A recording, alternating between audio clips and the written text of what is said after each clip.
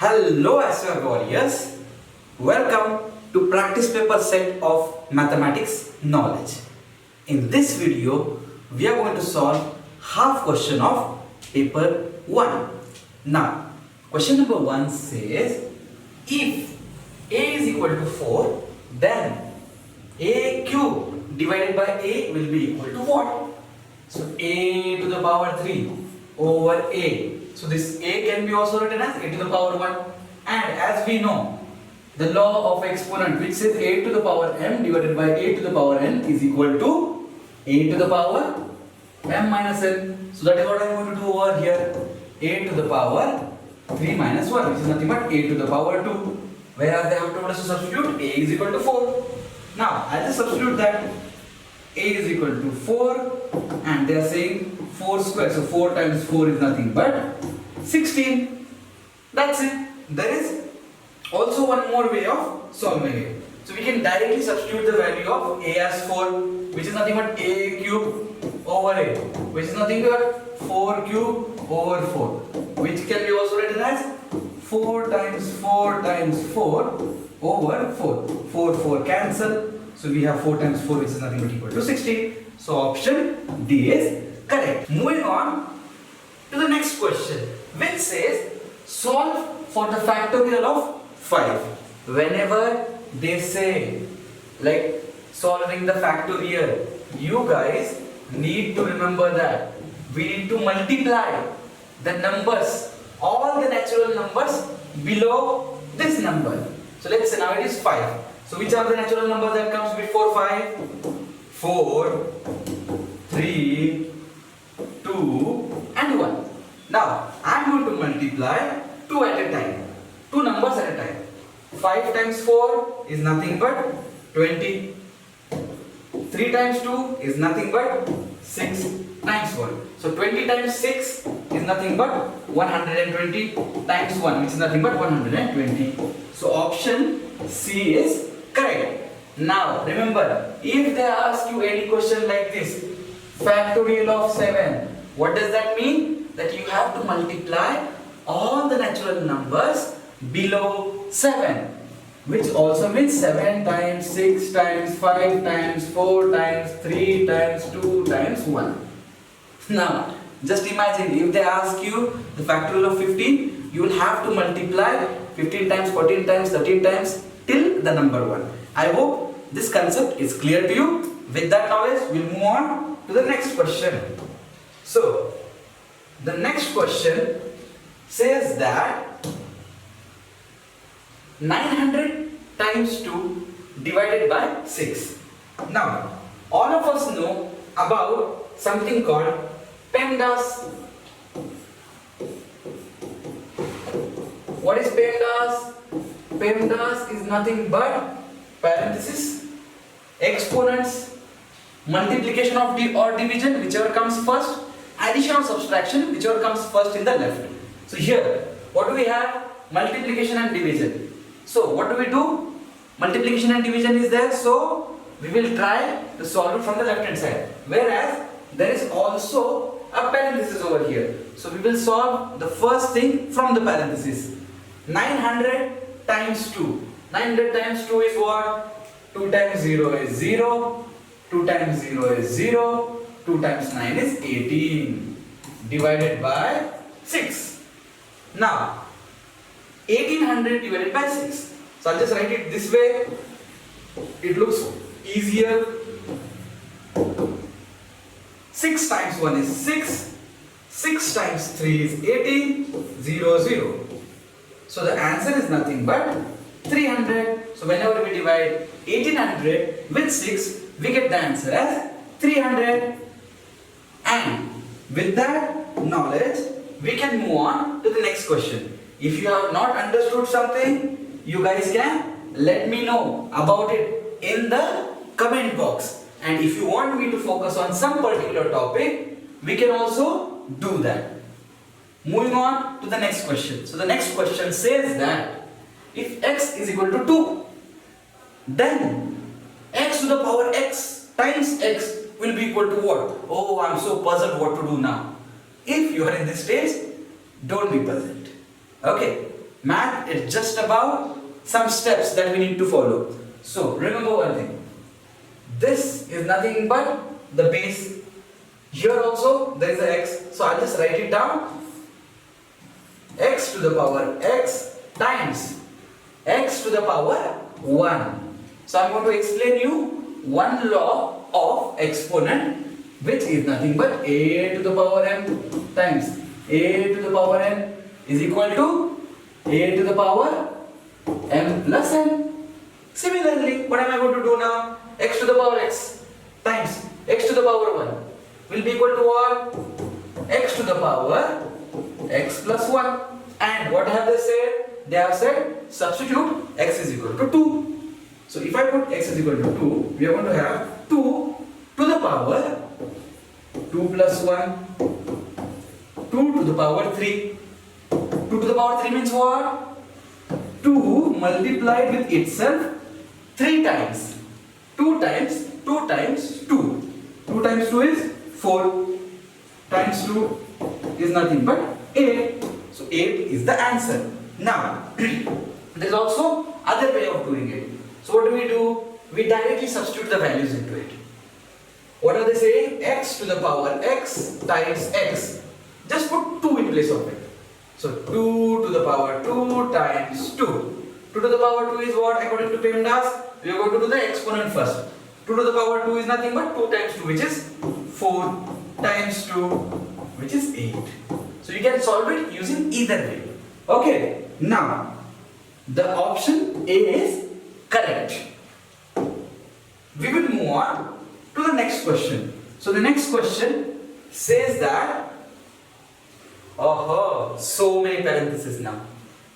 5 plus 1 times 6 divided by 3 times 8 minus 5 equals to 3 plus 3 times x, then x is equal to what? So what are we going to do here? I will just write PEMDAS on the top.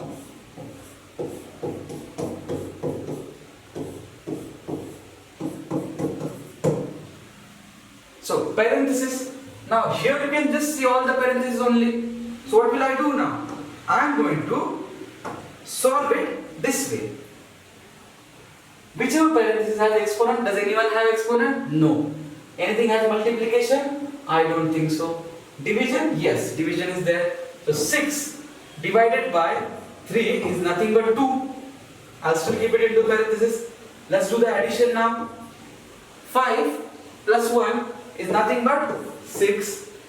And what is remaining? Subtraction. 8 minus 5 is nothing but 3. Equals to 3 plus 3 is what? 6. X. So what will I do now? I will directly divide both the sides by 6. 6 cancel. 6 cancel. Only x is remaining on the left hand side, and here we have 2 times 3, which is nothing but 6. So option D is correct. If you have any doubts, please put it in the comment box. Let's move on to the next question. So the next question says that square root of 49 times square root of 64 is equal to what? Now, we already know that square root means what? If you multiply a number by itself, you get the square of it. Now, you need to find a number which multiplied by itself gives 49, which is nothing but 7. The square of 7 is 49. We can also say the square root of 49 is nothing but 7. The square root of 64 is nothing but 8.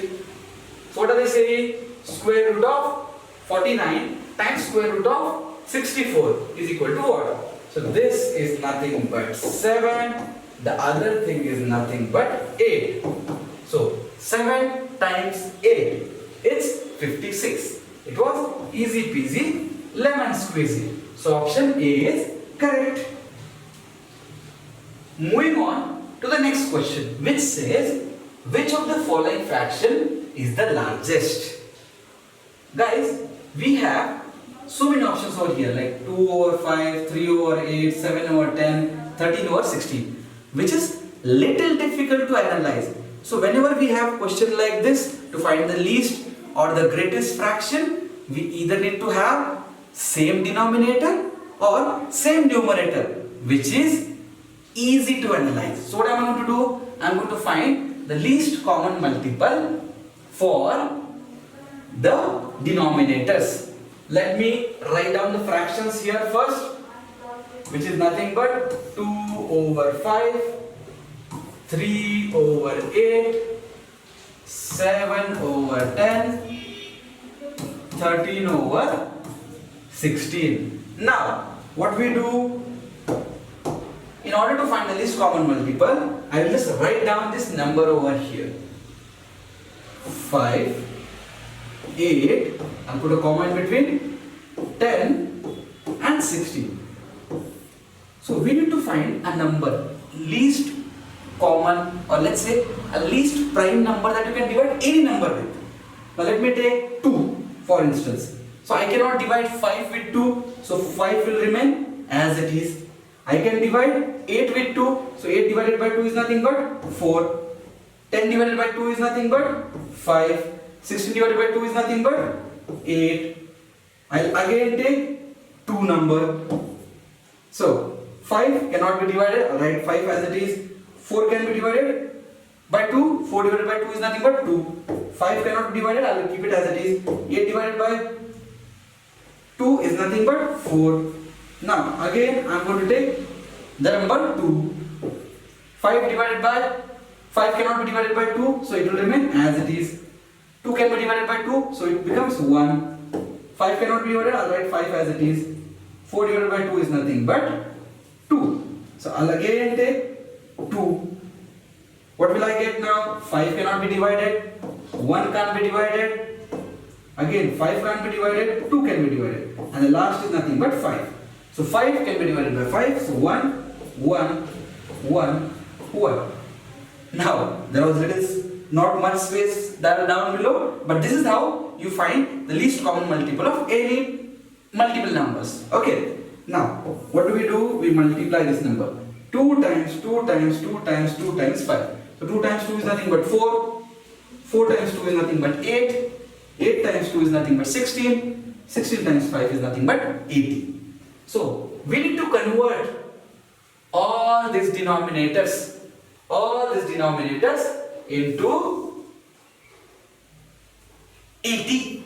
So what do we need to do now? If you have to convert 5 into 80, so we need to find a number by which we need to multiply 5 with. So I guess we need to multiply 5 with 16. Let's do that. 5 times 16. Now I cannot simply take any number in the denominator or the numerator. If I have taken some number, if I have multiplied some number to the denominator, I will have to do the same for numerator as well. So 5 times 16, I will multiply 2 times 16. 8. In order to make it 80, we need to multiply with 10. So remember, whichever number you divide or multiply the denominator with, you need to multiply or divide the number, same number with numerator as well. So 3 times 10. 10 into 80, how do we do that? We multiply with 8. So 7 times also 8. 16 times 5, nothing but 13 times 5. Let's solve it now. 2 times 16 is nothing but 32 over 80. 3 times 10 is nothing but 30 over 80. 7 times 8 is nothing but 56 over 80. 13 times 5 is nothing but 65 over 80. So if you see, all the denominators are same. Now we just need to do some basic math logic. Whichever number is greater in the numerator, that is the greatest fraction. So 65 over 80 is the greatest factor. which was nothing but 13 over 16. So option D is correct. I hope you have understood this. And if you have any doubts, you guys can ask it to me in the comment box. With that, let's move on to the next question. So the next question says, if 2 plus x is greater than or equal to 4, what is the value of x greater than or equal to? So just remember this for the fact, this inequality and inequality questions can be solved by using the same rule of equations. It only changes if you multiply or divide one side with a negative number. Okay, now what will we do? We will basically, I'll write this down first. 2 plus x greater than or equal to 4. Now, we need to get rid of this 2. So what do? I will subtract 2 from both sides. What do I get? 2 minus 2 is 0.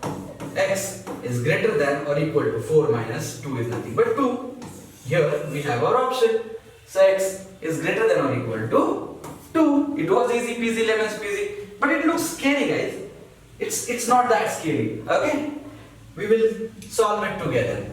Now, moving on to the next question. If a rectangle has a perimeter of 36 feet and it's 4 feet wide, what's its area?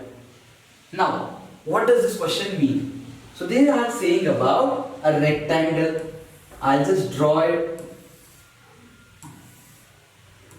And perimeter is nothing but, just imagine, the distance along the fence or the border of any particular figure is nothing but the perimeter of it.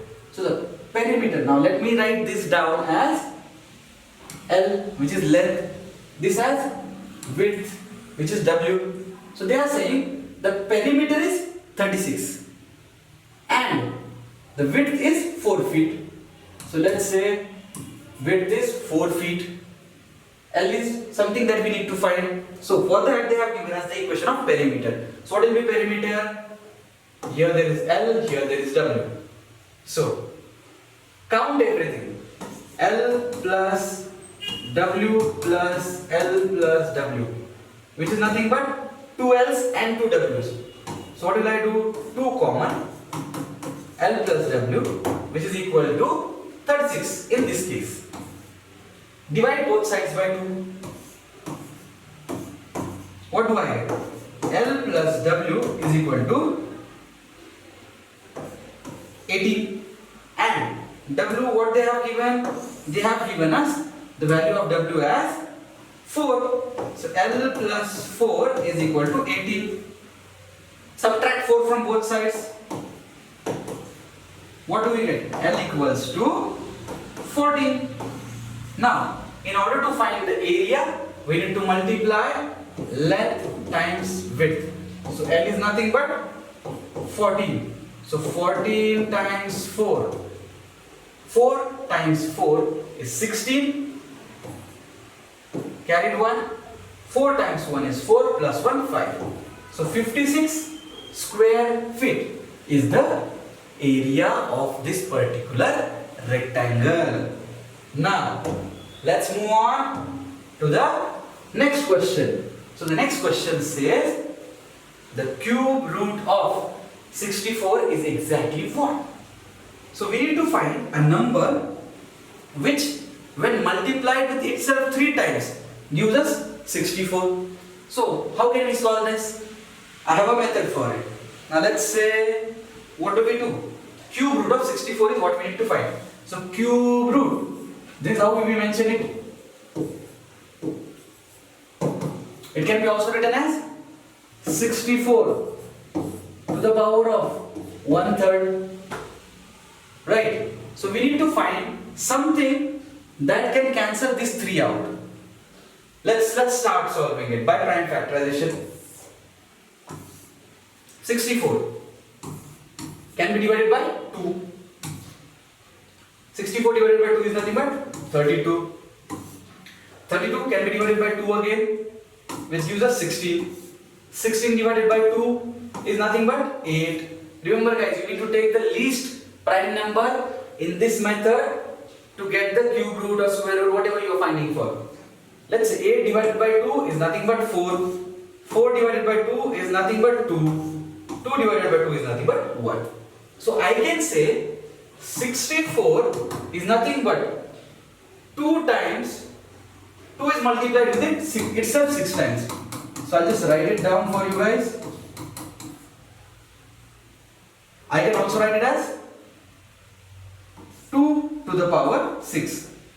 64 equals to. And what we need to find? We need to find the cube root of it. So as we already know, power of a power is always multiplied. So 2 to the power 6 times 1/3. What do you get? 6 divided by 3.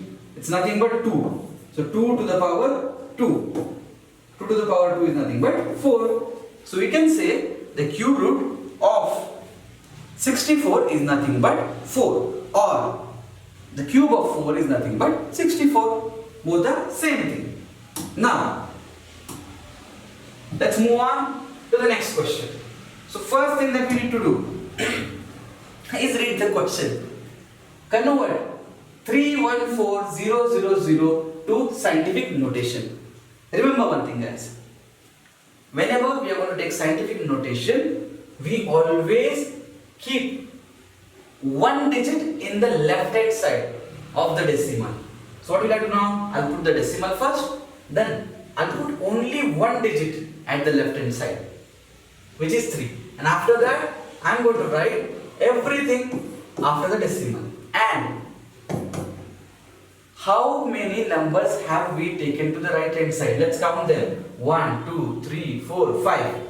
You just take 10 to the power 5. If it was 7 digits, you take 10 to the power 7. If it was 100 digits, you take 10 to the power 100. Okay, so number of digits that you have moved to the right hand side of the decimal, you just put it to the tens power. I hope you understood this. I will also give you one more question like this, which you can solve by pausing the video, and simultaneously I will be also solving it with you. 5346.235. We have to write this into scientific notation. So what do I do over here? Now I'm going to move the decimal. I'll just put the decimal first. Put only one digit to its left hand side, 5, and the rest to the right. 3, 4, 6, 2, 3, 5. Now, how many digits did I forcefully shift it to the right hand side of the decimal? It was 1, 2, 3.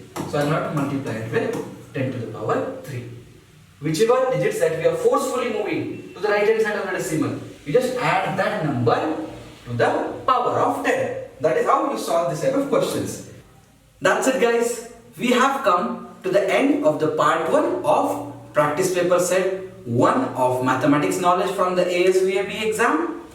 Guys, if you have any doubts, you can just put that down in the comment box, and if you want me to explain any particular topic in depth, please let me know that as well. We will surely make videos only for you. So, your math knowledge coach Vivek is signing off for the day. Thank you so much. Have a good day ahead.